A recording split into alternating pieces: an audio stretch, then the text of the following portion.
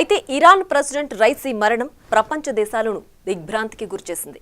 అదే సమయంలో మిడిల్ ఈస్ట్లో ఉద్రిక్తతలు మరింత జటిలంగా మారుతాయనే అనుమానాలకు తావిచ్చింది. వీటన్నిటి మధ్య ప్రపంచ దేశాల అధినేతలు రైసీ మరణానికి సంతాపం తెలిపినప్పటికీ ఆ దేశంతో అంతర్జాతీయ సంబంధాలు ఎలా ఉండబోతున్నాయనే అంశంలో సందేహాలున్నాయి. ఇక ఇరాన్ అధ్యక్షుడిగా రాబోయే నాయకుడు ఎవరా అనే ఆసక్తి కూడా పెరిగింది.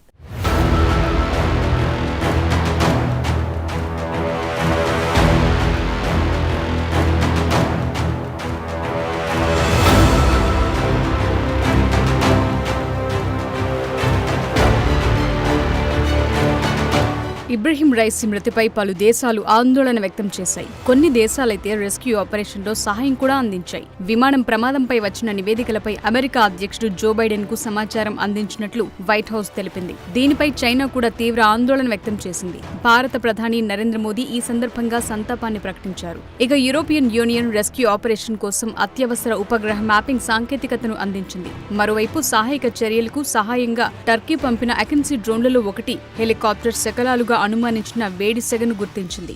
దాని ద్వారా రెస్క్యూ దళాలను తవిల్ అని పిలిచే ప్రాంతానికి పంపినట్లు ఇరాన్ మీడియా నివేదించింది. టర్కీతో పాటు రష్యా కూడా ప్రత్యేక విమానాలను 50 ప్రొఫెషనల్ పర్వత రక్షకులను క్రాష్ సైటుకు పంపడానికి సిద్ధమైంది.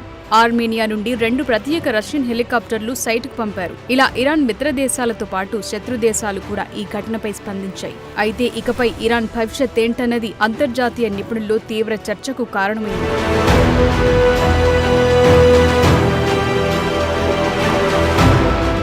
కరడుగట్టిన సాంప్రదాయవాది ఖమీనీ సన్నిహితుడిగా ఉన్న రైసీ ప్రెసిడెంట్ అయిన తరువాత పరిణామాల్లో అమెరికా ఆంక్షలు నానాటికి పెరుగుతూనే వచ్చాయి. హార్డ్లైన్ ప్రెసిడెంట్ గా పేరు పొందిన ఇబ్రహీం రైసీ చాలా కాలంగా ఇరాన్ అత్యున్నత నాయకుడు ఖమీనీకి రక్షణగా, దేశంలోని షియా మతాధికారికి వారసుడిగా ఎదిగారు. 1988లో ప్రభుత్వ వ్యతిరేక నిరసనలు చేపట్టిన ఖైదీలను సామూహికంగా ఉరితీసినందుకు అమెరికా, ఇతర యూరప్ దేశాల నుండి ఆంక్షలు ఎదురయ్యాయి. 63 ఏళ్ల రైసీ గతంలో ఇరాన్ న్యాయ వ్యవస్థను నడిపిన వ్యక్తి. ప్రపంచ శక్తులతో 2015 అణు ఒప్పందాన్ని కుదుర్చుకున్న ఇరాన్ మితవాద మతాధికారి హసన్ రౌహానీకి వ్యతిరేకంగా 2017లో అధ్యక్ష పదవికి పోటీ చేసి ఓటమి పాలైన తరువాత 2021లో రైసీ మళ్లీ ఎన్నికల్లో పోటీ చేశారు. ఆ ఎన్నికల్లో రైసీకి ప్రత్యర్థులెవరూ లేకుండా ఖమేనీ నిరోధించారు. కాగా 28.9 మిలియన్ల ఓట్లలో దాదాపు 62% ఓట్లు రైసీకి దక్కాయి. ఇస్లామిక్ రిపబ్లిక్ చరిత్రలో అతి తక్కువ ఓటింగ్ శాతం అప్పుడే నమోదైంది. లక్షలాది మంది ఇళ్లలోనే ఉండిపోయారు. చాలా మంది బ్యాలెట్లను రద్దు చేశారు. తరువాత జరిగిన విలేకరుల సమావేశంలో రైసీ ఈ వాదనలను ధిక్కరించారు. అలా రైసీ ఇరాన్కు ప్రెసిడెంట్గా గద్దెనెక్కారు.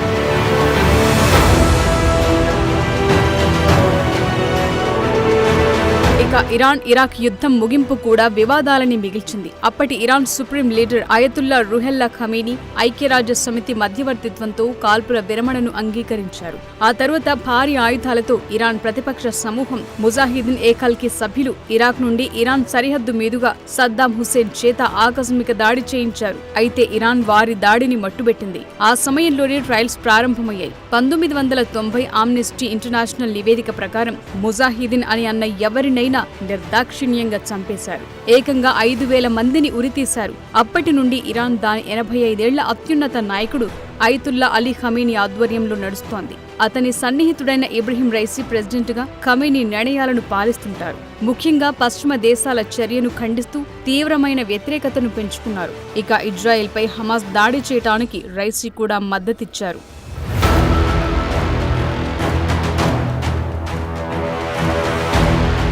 దేశీయ రాజకీయాల్లో కూడా రైసీ కఠినమైన వైఖరి స్పష్టంగా కనిపించింది. తాను ఎన్నికైన 1 సంవత్సరం తరువాత మధ్యస్థాయి మత గురువు మహిళల దుస్తులు, ప్రవర్తనను నియంత్రించి ఇరాన్ హిజాబ్ పవిత్రత చట్టాన్ని కఠినంగా అమలు చేయాలని ఆదేశించారు. కొన్ని వారాల వ్యవధిలో ఆ చట్టాన్ని ఉల్లంఘించినందుకు మోరల్ పోలీసులచే అరెస్టు చేయబడిన యువ కుర్దిష్ ఇరానియన్ మహిళ మహసా అమీనీ కస్టడీలో మరణించింది. ఆ తరువాత దేశవ్యాప్తంగా జరిగిన నిరసనలతో సహా అసమ్మతిని తీవ్రంగా అణచివేశారు రైసీ. నెలల తరబడి జరిగిన ఈ అణచివేతలో 500 మందికి పైగా మరణించారు. 22,000 మందికి పైగా నిర్బంధించబడ్డారు. ఇక అమినీ మరణానికి దారి తీసిన భౌతిక హింసకు ఇరాన్ కారణమని అంతర్జాతీయ సమాజం విమర్శించింది.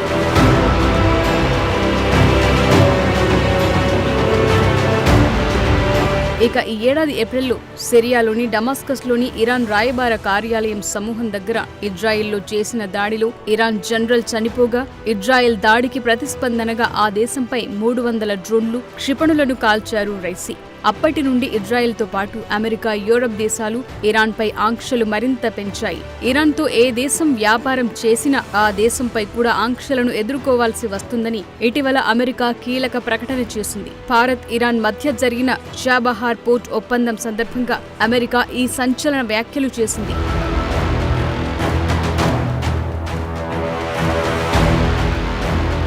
ఇలాంటి పరిణామాల మధ్య ఇబ్రహీం రైసీ హెలికాప్టర్ ప్రమాదంలో ఇజ్రాయెల్, అమెరికా హస్తం ఏమైనా ఉందా అని అనుమానాలు కలుగుతున్నాయి. ఇజ్రాయెల్కు వ్యతిరేకంగా అణు సామర్థ్యాలను పెంచుకోవాలని రైసీ ప్రయత్నాలు అటు అమెరికాకు, ఇటు ఇజ్రాయెల్కు ఆందోళన పెంచాయి. అందులోనూ రైసీ ప్రయాణించిన హెలికాప్టర్ కూడా అమెరికాకు చెందిన బెల్ కంపెనీకి చెందిందే. అందుకే అనుమానాలు పెరిగాయి. ఇక తాజాగా రైసీ ప్రయాణంలో క్రాష్ అయిన ఇరాన్ మోడల్ హెలికాప్టర్ ప్రభుత్వ అధికారులను తీసుకెళ్లటానికి కాన్ఫిగర్ చేశారు. అది బెల్ హెలికాప్టర్ తాజా వెర్షన్ సుబారు బెల్ 412.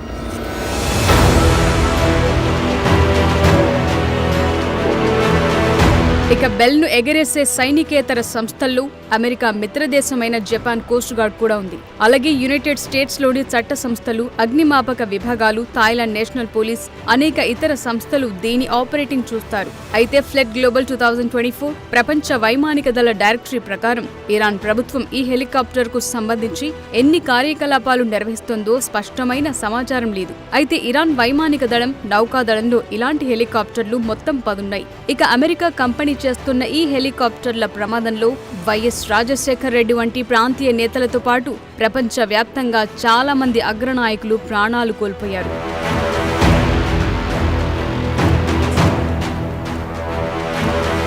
1960లో ఇరాన్లోని పవిత్ర షియా ముస్లిం నగరమైన మషాద్లో ఒక మతపరమైన కుటుంబంలో జన్మించారు ఇబ్రహీం రైసీ. 5 సంవత్సరాల వయసులోనే రైసీ తన తండ్రిని కోల్పోయాడు. అయినప్పటికీ మత గురువుగా మారటానికి తన తండ్రి అడుగుజాడల్లోనే నడిచాడు. పవిత్ర నగరమైన కోమ్లోని మతపరమైన సెమినరీలో యువ విద్యార్థిగా చేరాడు. 1979 విప్లవంలో పాశ్చాత్య మద్దతుగల షాకు వ్యతిరేకంగా నిరసనలలో పాల్గొన్నాడు. తర్వాత కోమ్లోని మత పెద్దలతో రైసీ పరిచయాలు అతన్ని మత న్యాయ వ్యవస్థలో విశ్వసనీయ వ్యక్తిగా మార్చాయి. అప్పటి నుండే రైసీ అమెరికా వంటి పాశ్చాత్య దేశాలకు వ్యతిరేకంగా మారారు.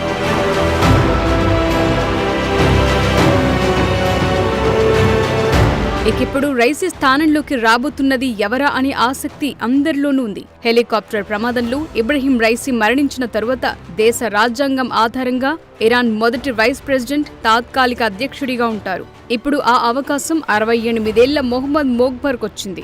అధ్యక్షుడు మరణించిన 50 రోజులలోపు కొత్త అధ్యక్ష ఎన్నికలు నిర్వహించే వరకు మోగ్బర్ అధ్యక్షుడిగా ఉంటారు. అయితే మోగ్బర్ కూడా రైసీ వంటి వ్యక్తే. దేశానికి సంబంధించిన అన్ని విషయాల్లో నిర్ణయాధికారికంగా ఉన్న సుప్రీం లీడర్ అలీ ఖమేనీకి కూడా సన్నిహితుడు. అక్టోబర్లో మాస్కోను సందర్శించిన ఇరాన్ అధికారుల బృందంలో మోగ్బర్ కూడా ఉన్నారు. రష్యా సైన్యానికి ఉపరితలం నుండి ఉపరితల క్షిపణులు, మరిన్ని డ్రోన్లను సరఫరా చేయడానికి అంగీకరించారు.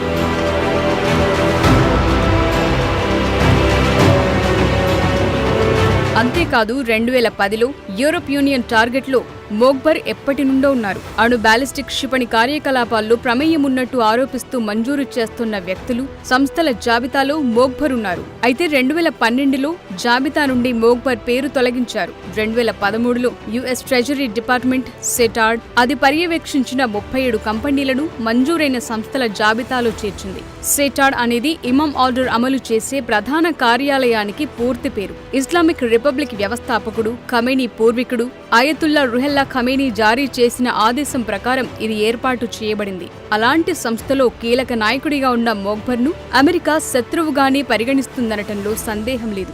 అలాగే ఇజ్రాయెల్పై పగ తీర్చుకోవడానికి రైసీలాగానే మోగ్బర్ వ్యవహరిస్తాడనటంలో కూడా అనుమానం లేదు. ఈ పరిస్థితుల మధ్య రైసీ తదనంతరం కూడా మిడిల్ ఈస్టులో ఉద్రిక్తతలు తగ్గే వాతావరణం కనిపించడం లేదు.